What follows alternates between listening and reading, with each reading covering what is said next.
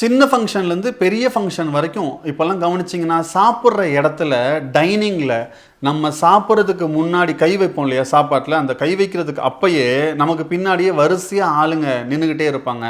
So இதை எப்படிங்க தவிர்க்க முடியும்?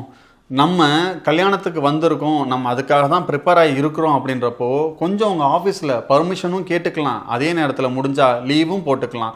வீக்கெண்ட் பார்ட்டிஸ் இன்றைக்கி நிறையவே நடக்குது.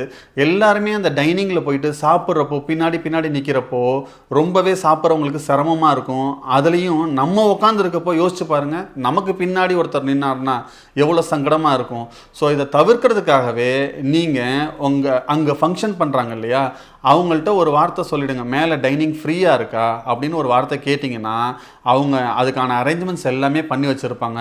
இன்கேஸ் அதுக்குள்ளே ஒரு கும்பல் இருக்குதுன்னு தெரிஞ்சிச்சுன்னா நமக்கு ஒரு லாபி ஏரியா இருக்கும், அந்த இடத்துல உட்காந்து பேசிட்டு ஃப்ரீயாக இருப்போ நம்ம போய் உட்காந்து சாப்பிட்டோம் அப்படின்னா சாப்பிட்றப்போ என்னென்ன பொருள் வச்சாங்க, அதை எப்படிலாம் நம்ம ரசித்து சாப்பிட்டோம், அதே மாதிரி ஒரு நல்ல ஃபீல் கொடுக்குங்க. சாப்பிட்றப்போ நம்ம உணவு அதில் வைக்கிறப்போ நமக்கு என்னென்ன வச்சாங்கன்றதும் தெரியும், அதே நேரத்தில் அதை நம்மளால் ரசித்து ருசித்து சாப்பிட முடியுங்க.